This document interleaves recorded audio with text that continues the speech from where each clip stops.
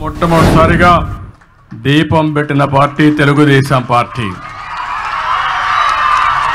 ఇప్పుడు రేట్లు పెరిగాయంటే మళ్ళీ ఆలోచించాను. అందుకే 3 సిలిండర్లు ఉచితంగా ఇస్తున్నా. ఇప్పుడే ఒక ఇంటికి పోయాను. కట్టెలు పోయితే చాలా కష్టం అయ్యేది నాకు వంట చేయడం. గ్యాస్ కాబట్టి గ్యాస్ వెలిగించాం, కాఫీ పెట్టాం. నేను వాళ్ళకి కాఫీ ఇచ్చి నేను కూడా కాఫీ తాగి ఇక్కడికి వచ్చాను. ఇది మనందరిలో ఆలోచన విధానాల్లో మార్పు రావాలి. అందరం సమానం, అందరికీ సమాన అవకాశాలు ఇవ్వాలి.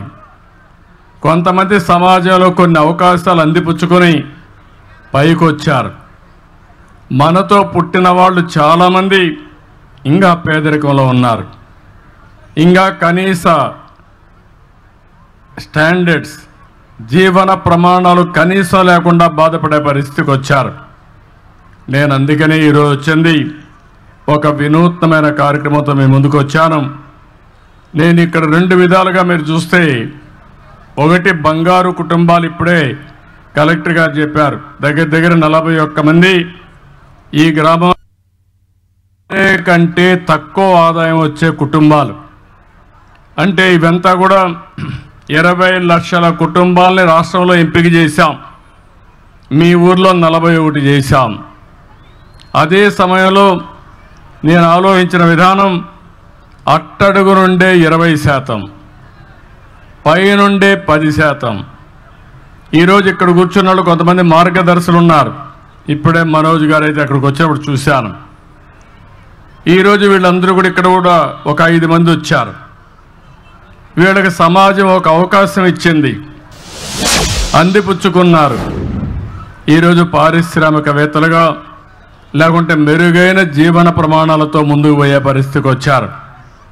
నేను ఒకప్పుడు జన్మభూమి పిలిపించాను, మీరందరూ స్పందించారు. ప్రపంచంలో ఉండే వాళ్ళందరూ వచ్చి జన్మభూమి పిలుస్తుంది రా, కదిలి రా అంటే గ్రామానికి వచ్చి ఎన్నో కార్యక్రమాలు చేశారు. స్కూల్ బిల్డింగ్లు కట్టారు, రోడ్లు వేశారు, శ్మశానాలు కట్టించారు, అనేక కార్యక్రమాలు చేశారు. ఈరోజు నేను ఇచ్చే పిలుపు, ఎవరైతే సమాజంలో ఆర్థికంగా పైకొచ్చారో, తెలివితేటలున్నాయో, అలాంటి మీరు తిరిగి సమాజానికి ఇవ్వాలి. ఆ రోజు సమాజానికి ఇమ్మని కోరాను. ఇప్పుడు మీతో పుట్టిన వ్యక్తుల్ని పైకి తీసుకొచ్చే బాధ్యత మీకు అప్పచెప్తున్నానని చెప్పి కూడా నేను మీకు తెలియజేస్తున్నా. ఆర్థిక సంస్కరణలు వచ్చాయి. నేనే దీనికి కూడా ఆ రోజు భారతదేశంలో పివి నరసింహారావు గారు ఆర్థిక సంస్కరణలు తీసుకొస్తే సెకండ్ జనరేషన్ రిఫార్మ్స్కి నేనే శ్రీకారం చుట్టాను. ఈరోజు మీరు చూస్తే బ్రహ్మాండమైన రోడ్లు వచ్చాయి. ఒకప్పుడు హైదరాబాద్ విజయవాడ రోడ్డు చూసేవాళ్ళం. ఈరోజు బాగా రోడ్డు ఉందంటే దానికి కారణం పీపీపీ విధానం, అంటే పబ్లిక్ ప్రైవేట్ పార్ట్నర్షిప్. ఈరోజు బ్రహ్మాండంగా మీరు సెల్ ఫోన్లో మాట్లాడుతున్నారంటే ప్రభుత్వం పెట్టిన సెల్ ఫోన్లు కాదు, ప్రభుత్వానికి కూడా ఆదాయం వస్తుంది ఈ సెల్ ఫోన్ల వల్ల. ప్రైవేట్ వ్యక్తులు సర్వీస్ ఇస్తారు, దానివల్ల వాళ్ళకు లాభాలు వస్తున్నాయి, మీకు మెరుగైన సేవలు అందుతున్నాయి. కరెంటు విషయంలో కానీ అనేక విషయాల్లో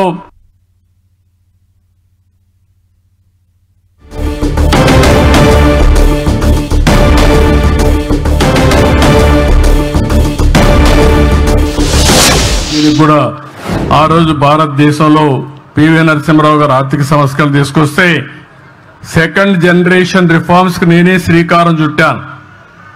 ఈరోజు మీరు చూస్తే బ్రహ్మాండమైన రోడ్లు వచ్చాయి.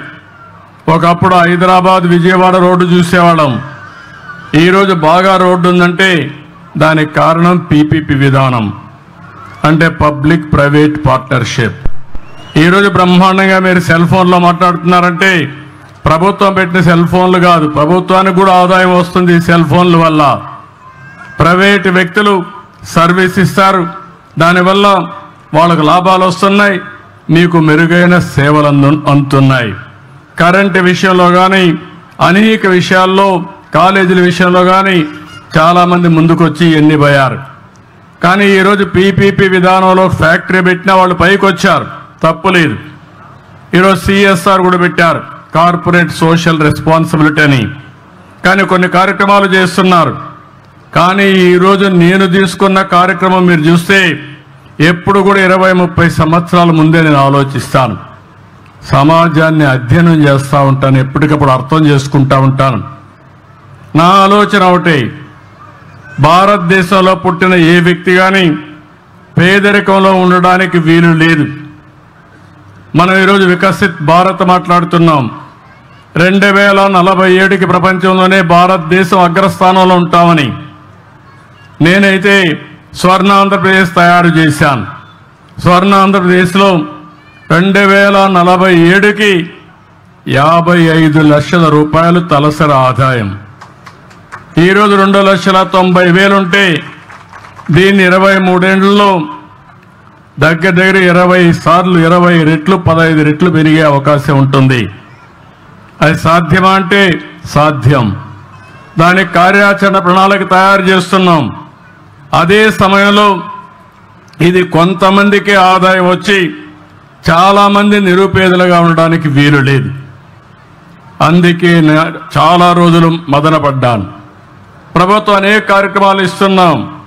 మొన్నే పేదల సేవలో నెల మొదటి తారీఖున పింఛన్లు ఇచ్చాను.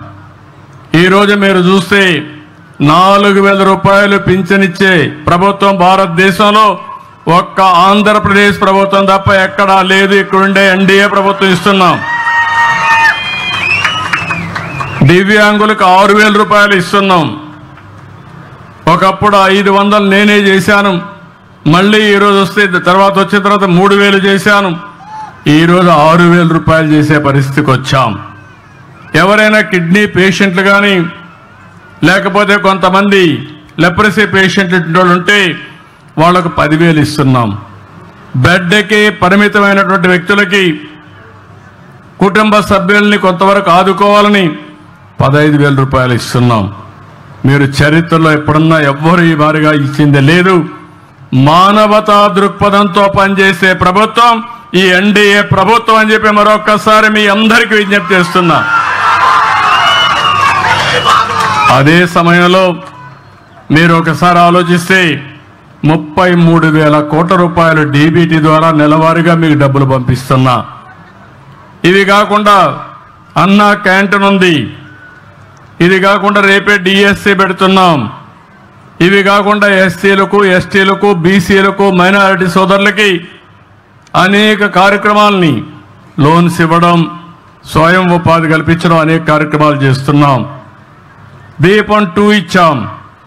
రేపు మే నెలలో మళ్ళీ అందరికీ చెప్తున్నా, తల్లికి వందనం కింద ఎంతమంది పిల్లలుంటే అంతమంది పిల్లలకి ఇస్తాం. ఇప్పుడిప్పుడే జనాభా తగ్గిపోతా ఉంది. కనీసం ఒక కపుల్ ఎవరైతే భార్యాభర్త ఉన్నారో 2 పిల్లల కంటే తక్కువ కాకుండా 3 కంటే సంతోషం. కనీసం 2 ఉండాలి. లేకపోతే జనాభా తగ్గిపోతే ముసలి వాళ్ళ సంఖ్య పెరిగితే ఈరోజు అభివృద్ధి చెందిన దేశాల్లో జనాభా లేకుండా అవస్థపడే పరిస్థితికి వచ్చారు. ఆ పరిస్థితి మన దేశానికి రాకూడదు అనేది నా ఆకాంక్ష. దానికి కూడా మీ సెక్రటరీ ఏం ఎక్సర్సైజ్ చేశారో తెలియదు. ఈ ఊర్లో కలెక్టర్ గారు ఏం ఎక్సర్సైజ్ చేశారో తెలియదు. వీళ్ళు కూడా రీఓరియంట్ చేయాలి. వాళ్ళు కూడా అభివృద్ధి మాట్లాడుతున్నారు తప్ప భవిష్యత్తు గురించి ఆలోచించే పరిస్థితిలో లేరు. అదే సమయంలో అన్నదాత కింద రైతుకి ఇవ్వాల్సిన డబ్బులు కూడా 20,000 రూపాయలు ఇస్తా ఉన్నాం. కేంద్రం 6,000 రూపాయలు ఇస్తుంది. రాష్ట్ర ప్రభుత్వం 3 విడతల్లో 14,000 రూపాయలు ఇచ్చే బాధ్యత ఈ ప్రభుత్వాన్ని. ఇది కాకుండా మత్స్యకారులకు కూడా 20,000 చొప్పున జీవనోపాధి కోసం వాళ్ళకు కూడా డబ్బులు ఇస్తాం. అయితే ఆర్థిక వ్యవస్థ చాలా ఇబ్బందికరంగా ఉంది. ఇంకా డబ్బులు లేవు. 10 లక్షల రూపాయలు అప్పు చేసి వెళ్ళిపోయారు. అప్పు ఇచ్చేవాళ్ళు కూడా కనపడడం లేదు. వడ్డీ కట్టాలి, మళ్ళా అసలు తీర్చాలి, సంపద సృష్టించాలి, ఆదాయాన్ని పెంచాలి, సంక్షేమ కార్యక్రమాలకు పెట్టాలి, మళ్ళీ మీకు అమరావతి కట్టాలి, పోలవరం కట్టాలి. అదే సమయంలో ఏవైతే నేను చెప్పానో సూపర్ 6 కూడా అమలు చేయాలి. ఇది కొంచెం కష్టమైన పనే, కానీ ఇష్టంగా పనిచేస్తున్నా. కష్టమైన పని కూడా ఇష్టంగా పనిచేస్తే తప్పకుండా పరిష్కారం అవుతుంది, చేయగలుగుతామనే ధీమా నాకుందని చెప్పి కూడా నేను మీకు తెలియజేస్తున్నా.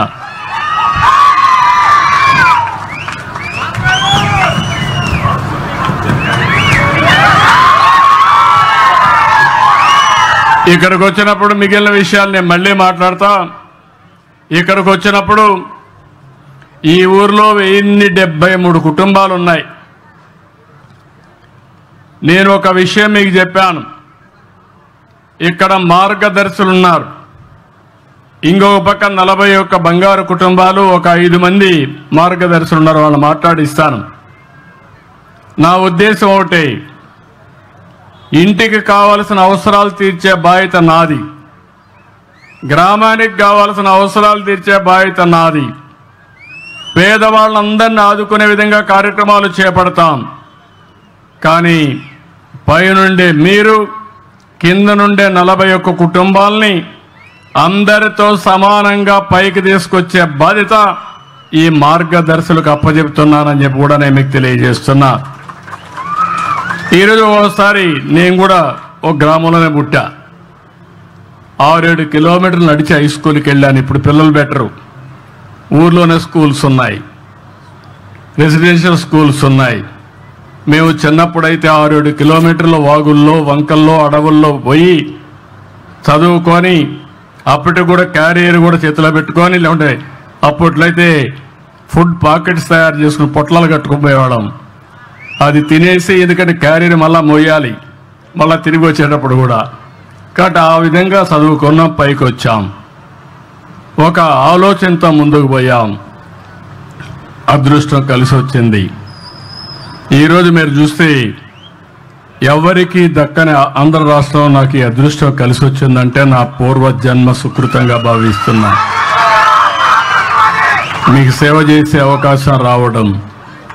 అయితే నేను ఆ రోజు కొన్ని పబ్లిక్ పాలసీస్లో మీరు ఒక్కసారి గుర్తుపెట్టుకోవాల్సింది, ఒక నాయకుడు దూరదృష్టితో ఆలోచిస్తే ఆ జాతి బాగుపడుతుంది.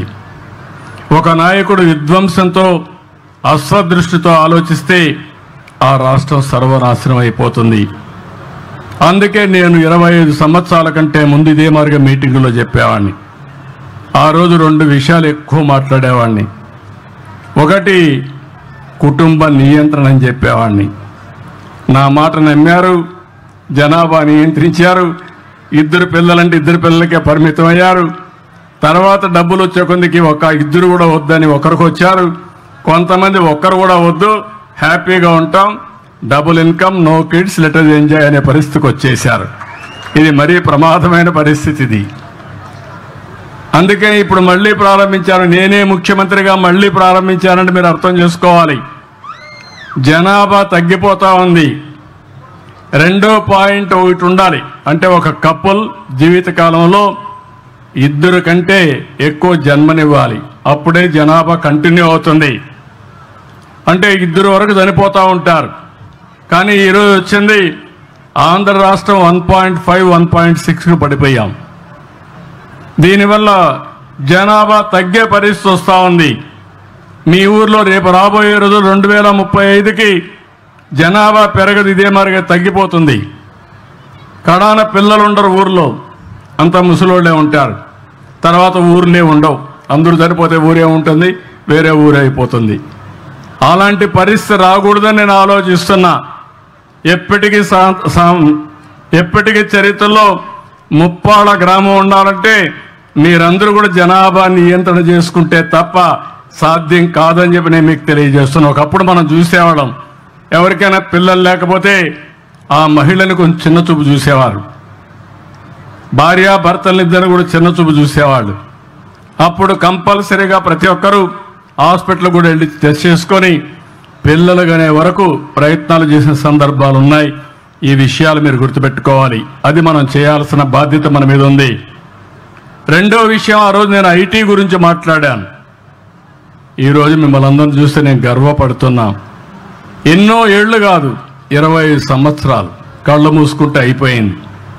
25 సంవత్సరాలు హైదరాబాద్ని మీరు చూస్తే ఏ విధంగా ఉందో మీరు చూశారు. హైదరాబాద్ అది ఆ రోజు నేను చూపించినటువంటి చొరవ, నా విజన్. అది తెలుగు జాతికి ఒక మహానగరం ఉండాలి, ఉపాధి కల్పించాలని ముందుకు పోయాం, చేశాం. కానీ అదే సమయంలో తెలుగు వారిని ప్రపంచం మొత్తం ప్రమోట్ చేశాం ఐటీలో. ఈరోజు అమెరికాలో కానీ ఆస్ట్రేలియాలో కానీ ప్రపంచంలో అంతా కూడా తెలుగువారే నెంబర్ 1 తలసరి ఆదాయం.